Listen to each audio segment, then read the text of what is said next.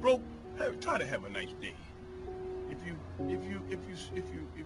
you're fat, try to have a nice day. If you're skinny, try to have a nice day. If you got a big head, try to have a nice day. If your mama's ugly, try to have a nice day. If your daddy whoop your ass, try to have a nice day. If a dog bites you in the ass, bite him back and try to have a nice day. Try to have a nice day. See, that's my theme. Try to have a nice day. I'm about to leave right now and go try to have me a nice day. All right. Try to have a nice day. Welcome to the first episode of New Earth Zone reaction videos, viral videos that'll make you think again. And yeah, I want y'all to enjoy. Sit back, relax. Definitely comment once you finish seeing this first pilot episode and tell me what you think. Tell me if I got your mind thinking a little bit deeper on some other. So let's get into the videos. Alim aliens. Let's get into the videos. My shiny ones. Let's get into the videos.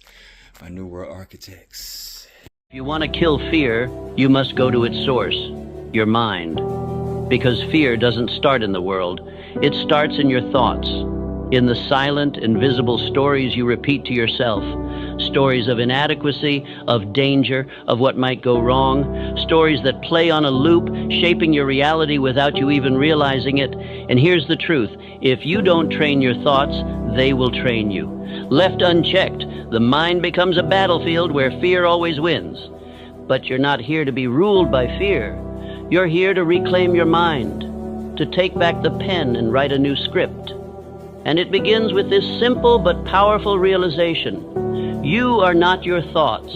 You are the observer of your thoughts. You are the architect, the programmer, the one who chooses what gets to stay. So when fear whispers, you're not ready, you don't just accept it. You question it. You respond, says who?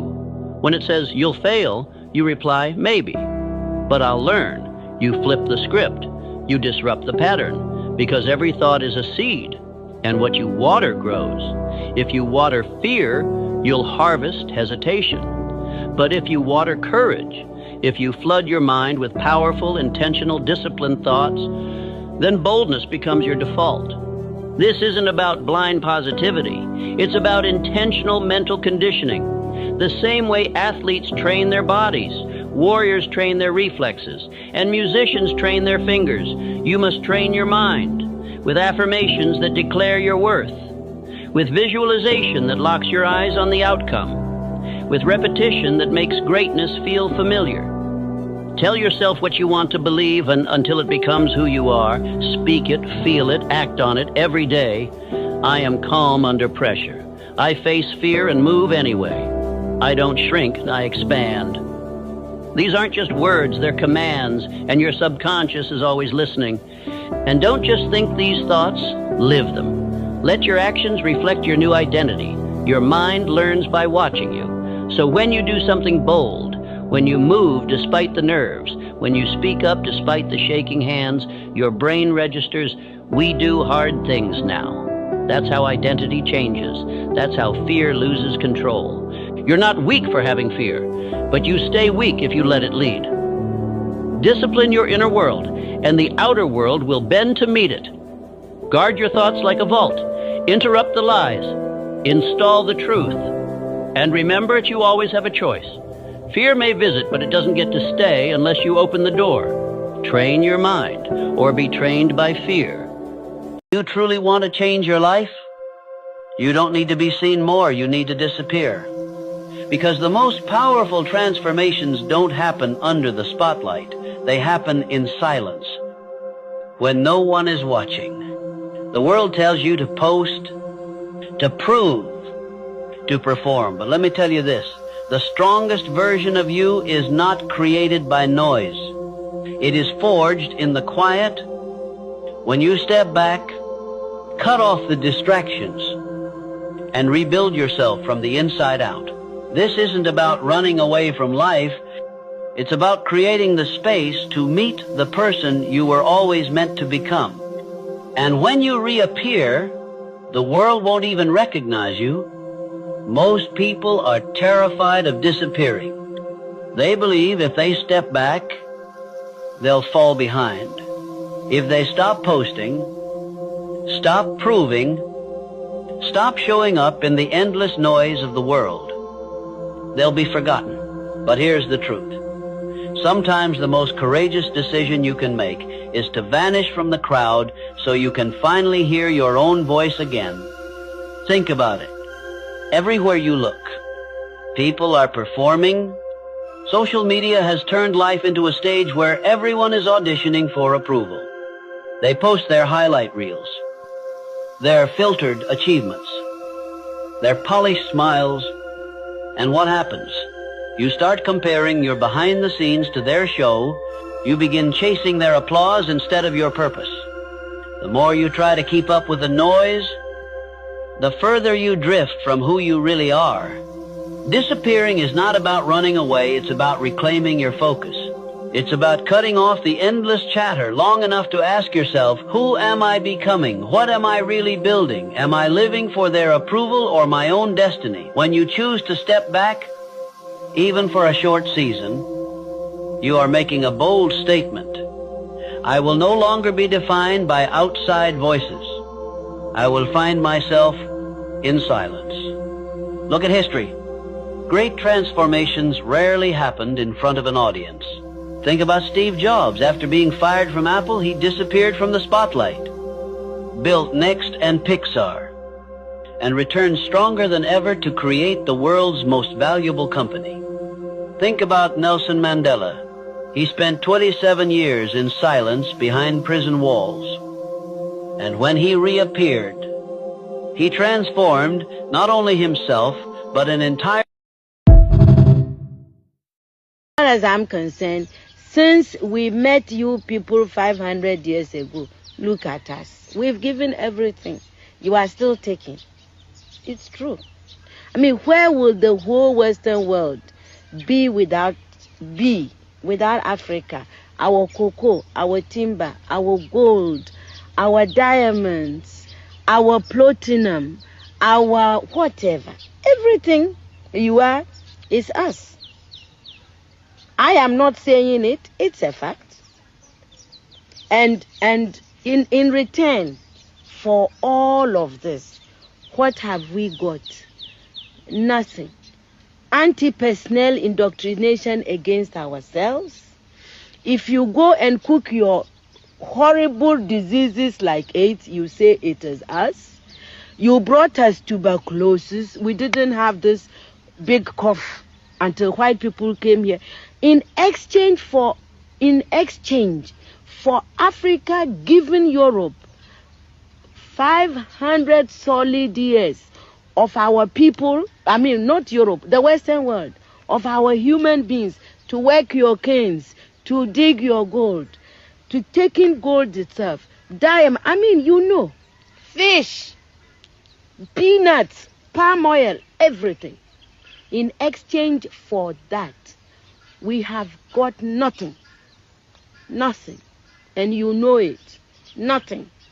And you look upon, white folks look upon us like monkeys. It is true. It's in your literature.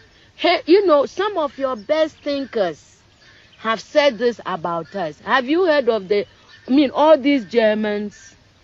Have you heard? Okay. Yes. They said, Lord Burton, people like that, they said, we don't even have the brain of animals. That's what we've got from you people. But don't you think that this is over now? Over where? Is it over? Who said that AIDS came from the green monkey? Is it over?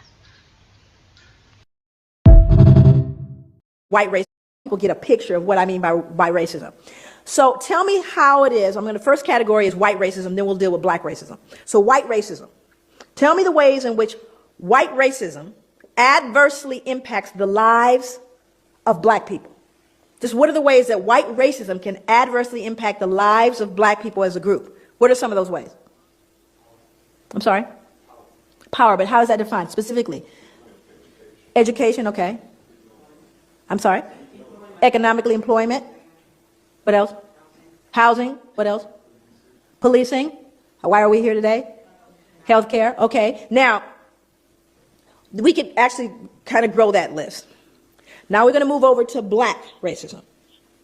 Tell me the ways in which black racism adversely impacts the lives of white people as an entire group. Thank you. The reason why you become silent, there's one that always comes up, and that's fear. White people are afraid of black people. They are afraid of us. And it's a very interesting thing because black people know it. We know white people are afraid, but you have to start getting into the psychology. What are you afraid of? Why are you afraid? But it's an interesting dynamic. Now, also you see the difference in what racism is, do you not? Racism implies you have not just prejudice, but the power to do something with that prejudice. Now, I don't like you, not only that, but I'm going to control whether you can get, I may say I hate you. I hate white people. I hate them.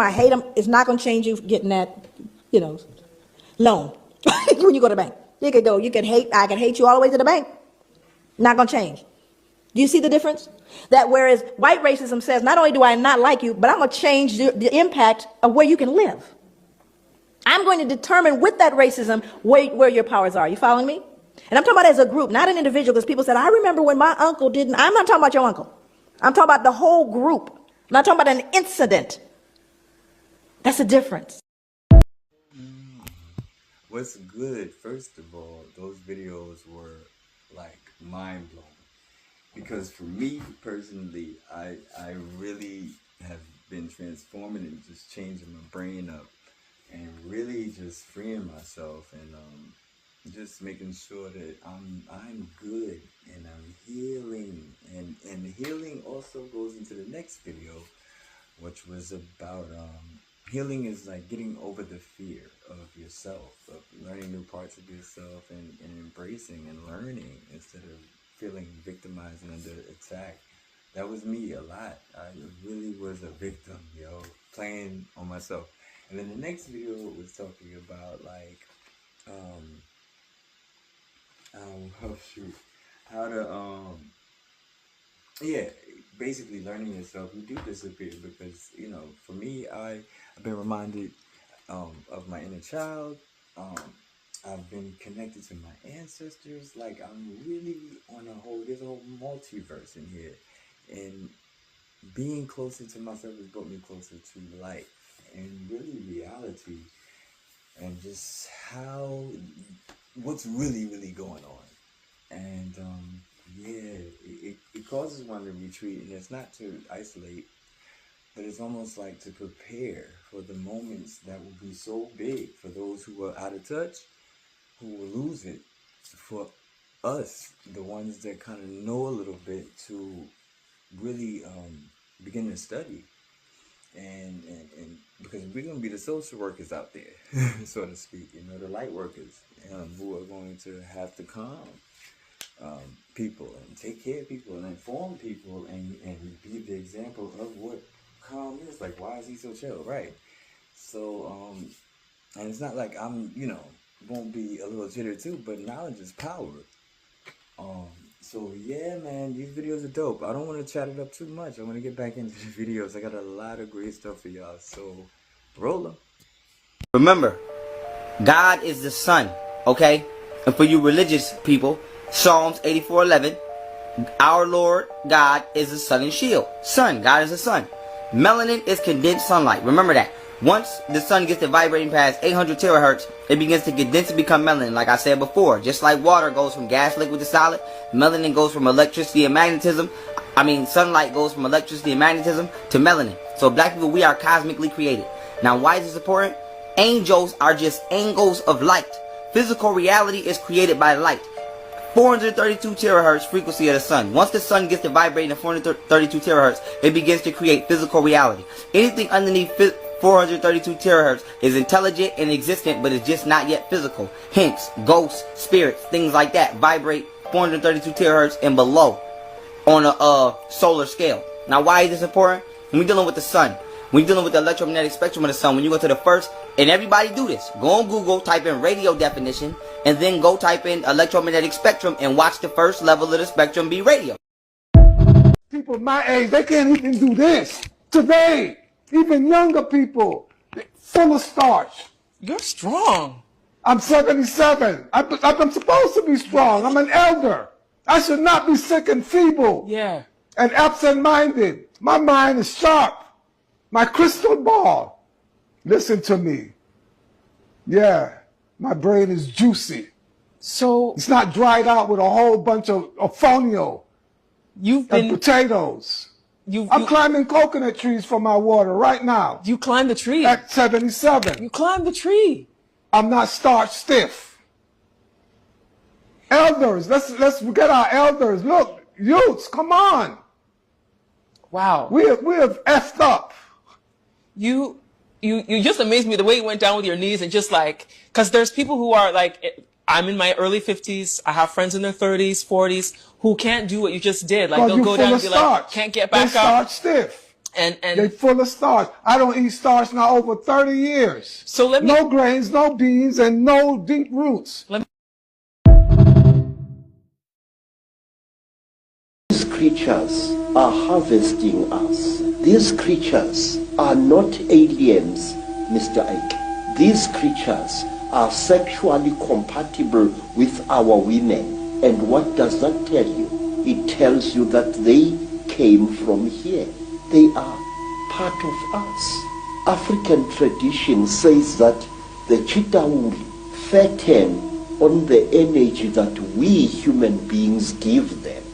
They make us to fight each other.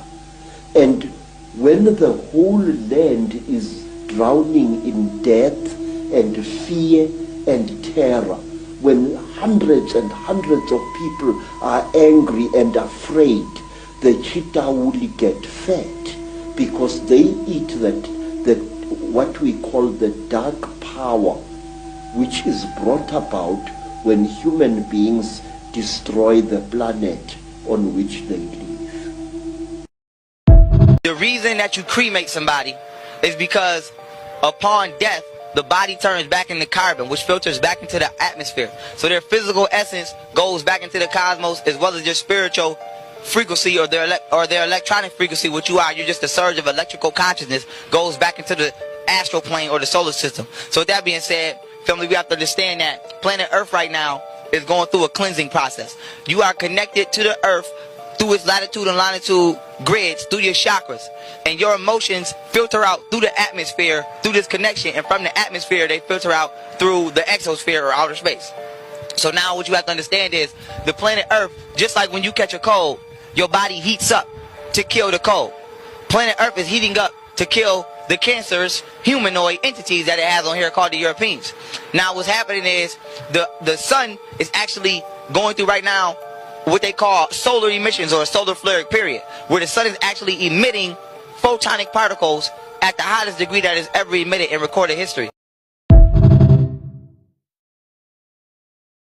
We are actually moving into what is called the 1,000 years of peace in the Bible.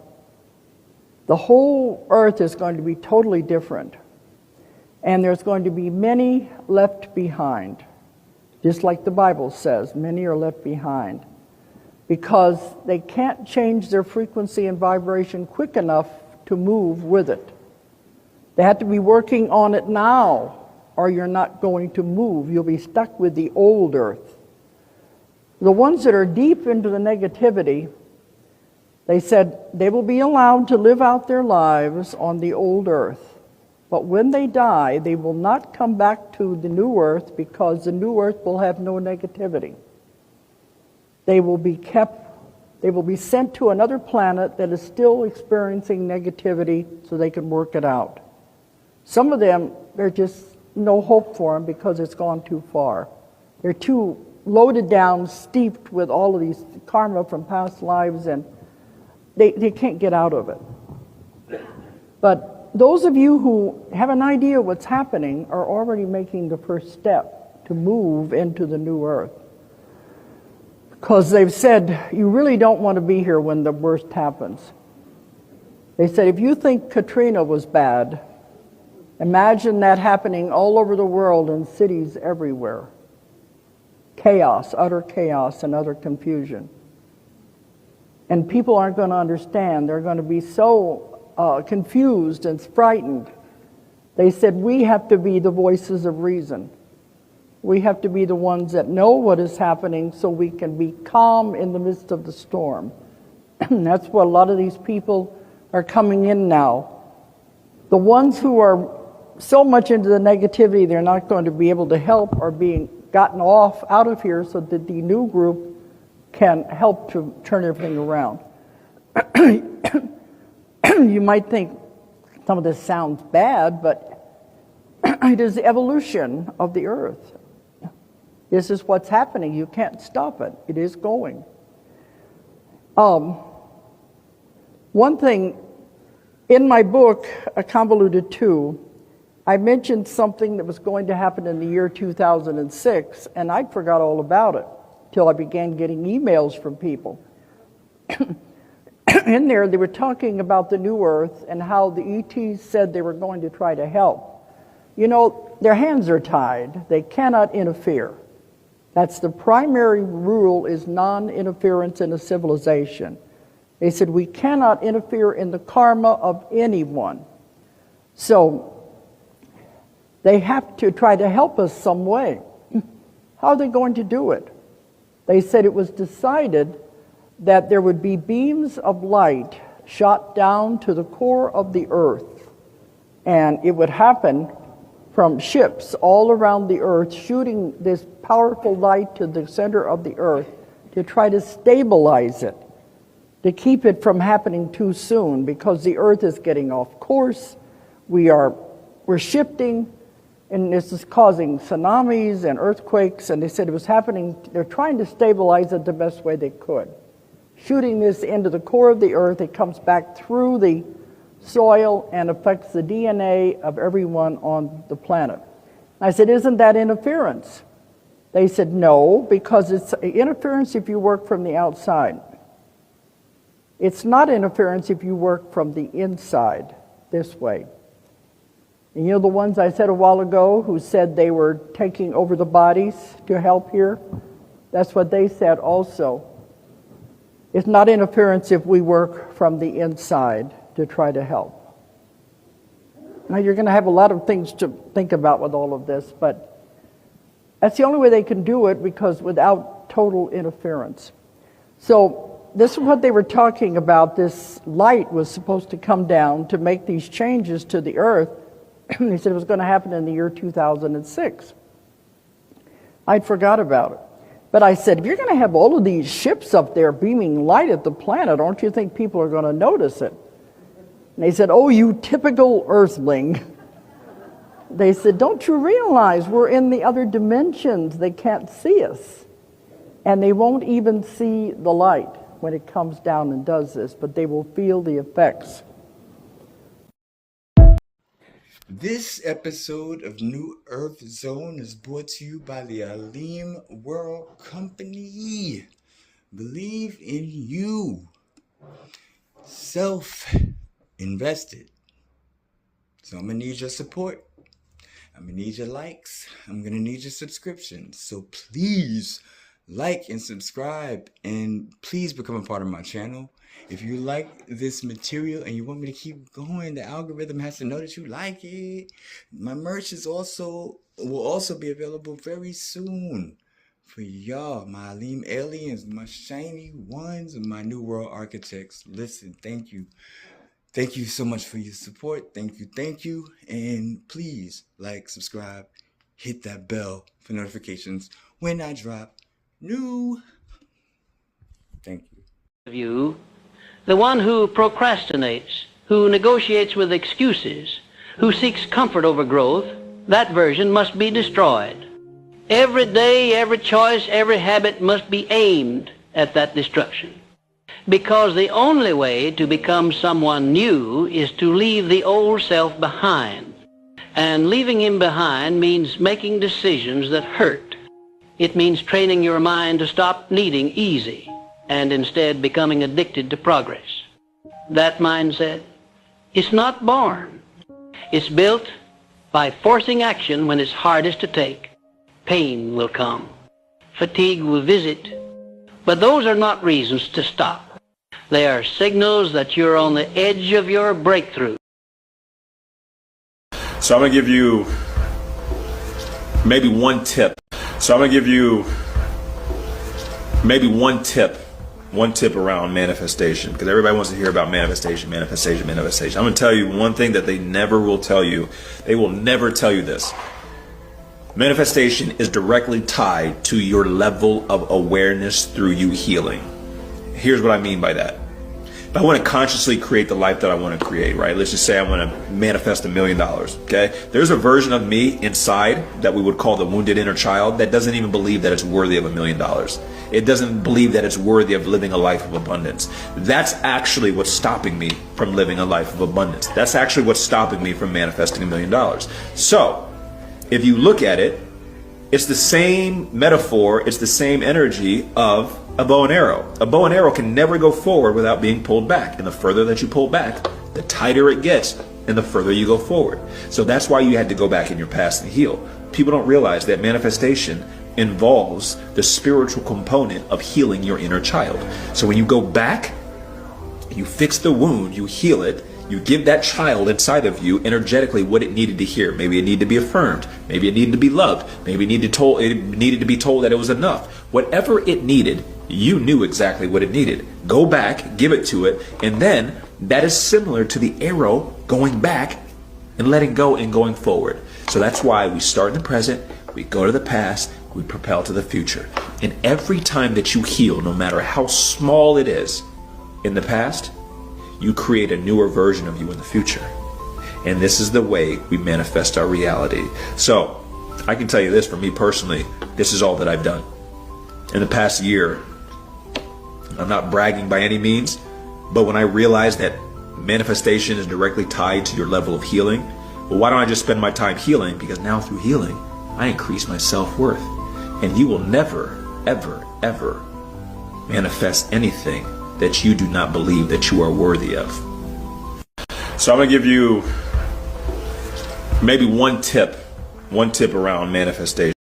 I used to think third eye opening was just some mystical nonsense until I actually experienced it.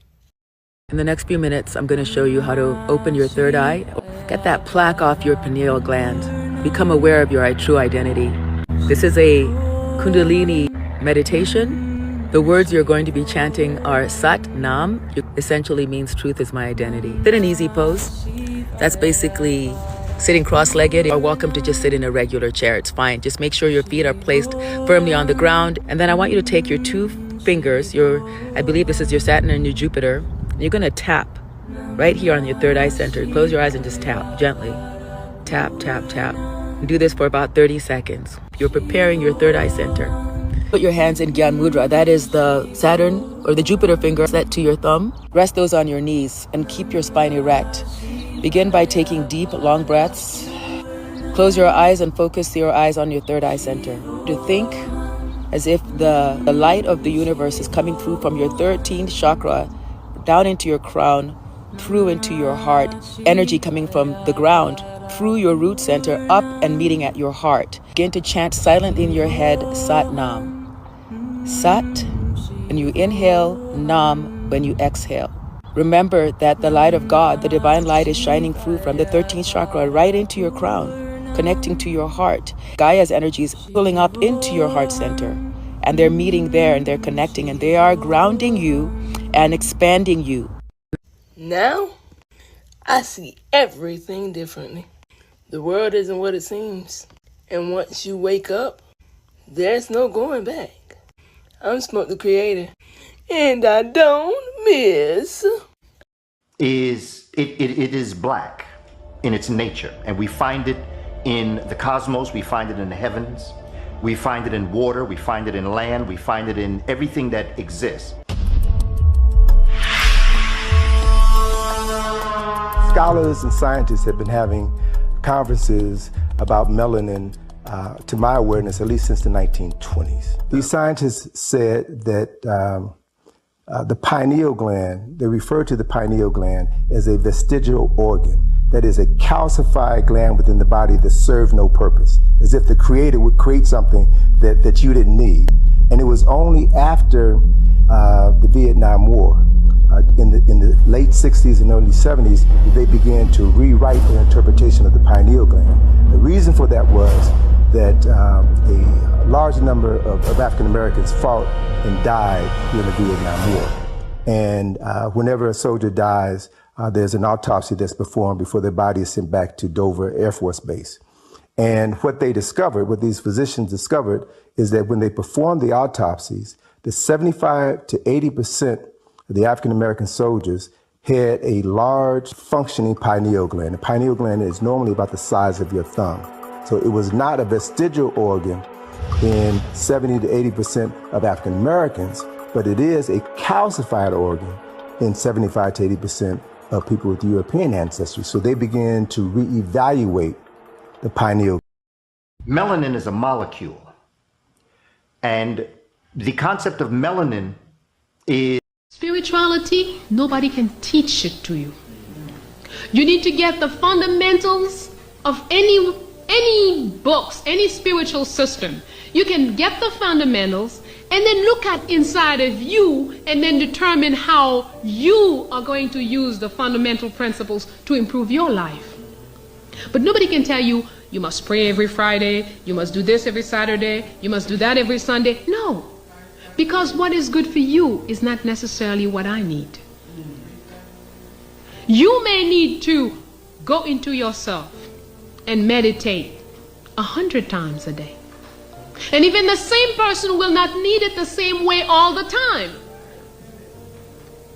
You, in certain circumstances, you need to be meditating and finding all your forces, gathering all your forces continuously certain days. And then other days you may not even think about it. It doesn't mean you don't pray. Because everything you say, if you're living your own life, if you are who you are and you know who you are and you live working towards realizing your mission in life, every sound of it out of your mouth is a prayer. Every gesture you make is a prayer. Every dance you dance is a prayer. And when you make love with somebody, you are praying. If you know who you are and this person knows who they are. That's right. That's right. There isn't anything that you do that is not a prayer when you know who you are. The 9/9 portal is here September 9th, and this is an incredible time. If you've been waiting for that cosmic green light, it's here. So this is the time for you to step up, to let go, and to manifest the next level of your life and what you actually want it to be. So here's why the number 9 in numerology is all about completion. It's about wisdom and endings. These endings actually make space for new beginnings. It's an opening. It's like the universe doing some spring cleaning in your soul. You can't carry clutter into your next chapter, into the next chapter of your life. And 9 says to release it. That's what that number represents. Now check this out. 2025 reduces to the number 9 in numerology. 2 plus 0 plus 2 plus 5 is 9. So we're not just talking through 1 9. We're actually experiencing a 999. 999 alignment. The date, the month, and the year. That's why it's called the 999 portal. Triple energy, triple transformation, triple power. This portal is here to help you close cycles that are done, cut cords with outdated versions of yourself, and to step into your highest timeline.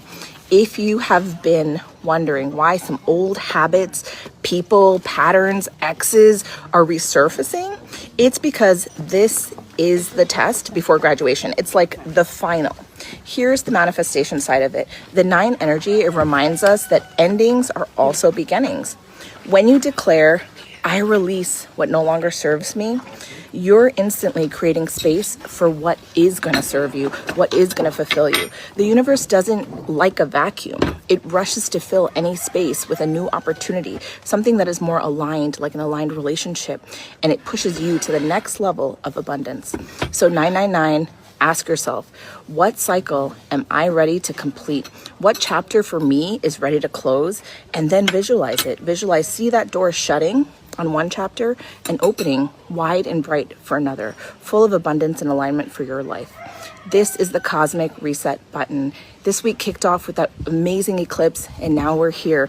Don't sleep on it. Your soul already knows what's done, so trust it. And remember, letting go isn't loss. It's actually making room in your life for what you've been praying for, what you've been wanting, and what you truly desire. Let me tell you something about metaphysics. We'll get into a minute. If you go into any scripture and you'll see evil stuff and you'll see positive stuff, it's supposed to be read yin and yang, negative and positive. It's not an evil is bad, right. But there are some things that some of the energy is more powerful that they call positive, negative, like yin and yang, AC/DC, and some of it is a lighter energy. So when the people later on in the culture, they interpreted the scripture, they took all of the ancient powerful stuff and they call it evil. You see what I'm saying? They call it evil. You see what I'm saying? The dragon. The dragon means melanin. Comes out of alchemy. The black dragon, the green dragon, the red dragon. You get all the colors from the essence of that. The beast, we'll go in that in a few minutes. 6, 6, 6, 6. 6 protons, 6 electrons, 6 neutrons. 6 protons, 6 electrons, 6 neutrons, which means carbon. And the carbon is the basis of melanin. Melanin is a byproduct of the black carbon. The B666, which is the number of a man, is you. 666 is 18, and 1 and 8 is 9 is completion. And all. Carbon. Everything is carbon. You see what I'm saying? The Ankh is an electromagnetic device. You see it in the hands of the gods. You also see us carrying a scepter, which is a device we use to move stones for pyramids, which we use to harness electromagnetic energy. We also use a jed, which is the spine of God, to transfer consciousness. It too is an electromagnetic device. The Sa is used for protection. Shinu represents the sun or eternity. Ra is the falcon-headed god. Ra is the one above. Siba is the dimension of freedom. It's the 4th dimension. It's time. Hathor is the mother of God and the spirit of fertility. Horus's eye is the pineal gland. We are the Kemites. We never called ourselves Egyptians. That's a Greek name. Our education protocol is called the Kemetic Mystery System. Scholars from around the world came to Kemet, Timbuktu, the Gold Coast, and other regions nearby to learn about astronomy, botany, pharmacology, geography, chemistry, and most importantly, geometry. But none has ever completed the 20-year education process. You all hail the Greek Pythagoras for his theorem. However, we use that equation almost 2,000 years before his birth. You call Hippocrates the father of medicine. His teacher was a Kemite named Imhotep, who lived thousands of years before him. Israel is not a Jewish word. Israel has nothing whatsoever to do with the country in the Middle East. The word Israel is in 3 parts. It's an Egyptian word. It is I-S-R-A-E-L. Okay? The I-S is the goddess Isis, which is the spirit, the feminine principle in the body. The R-A is the mind.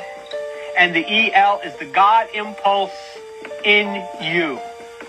Okay? That's what it means. And basically, Israel means when there is a harmony between your spirit and your mind, then there is God in you. That's what Israel means. It's an Egyptian word, and it comes from those 3 gods of Egypt. Do you understand that? Now, you see this E-L? That means the God impulse in you. That's what we call an angel. You notice the word angel ends in E-L? Because it's the God impulse in you. Is that gives you that good idea? Oh, I finally remembered what I'm supposed to do. That's an angel. That's an impulse that comes from your higher mind, from the electromagnetic field of the right hemisphere. That's why all of the angels' names end in E-L. Gabriel, Raphael, Uriel, Michael, etc. Okay? And that's all it's talking about. So if we come back, then when it says that there will be Russia or Rosh coming down to attack Israel, it means the emotions come down to attack that which is the spirit and mind and that which is the godliness within you. And here will come then the fire from heaven, which means the impulses will come, the spiritual impulses will come from the higher consciousness down to destroy all of those things that are coming against you. Life is going to work out perfectly for you. All the right things are going to happen to you in your life. All the right people are going to enter your life, and all the wrong people are going to leave in your life. You're going to have a beautiful home in your life. You're going to have a great career throughout your life. You're going to waken up every day of your life next to the love of your life. You're going to have leisurely Sundays and terrific holidays. You're going to travel and see the world. You're going to meet incredible people in your life who can help, and who you will help in ways that you could never have believed possible. You're going to be recognized as a hugely successful person and appreciated for this ability you have to help others. Please don't worry.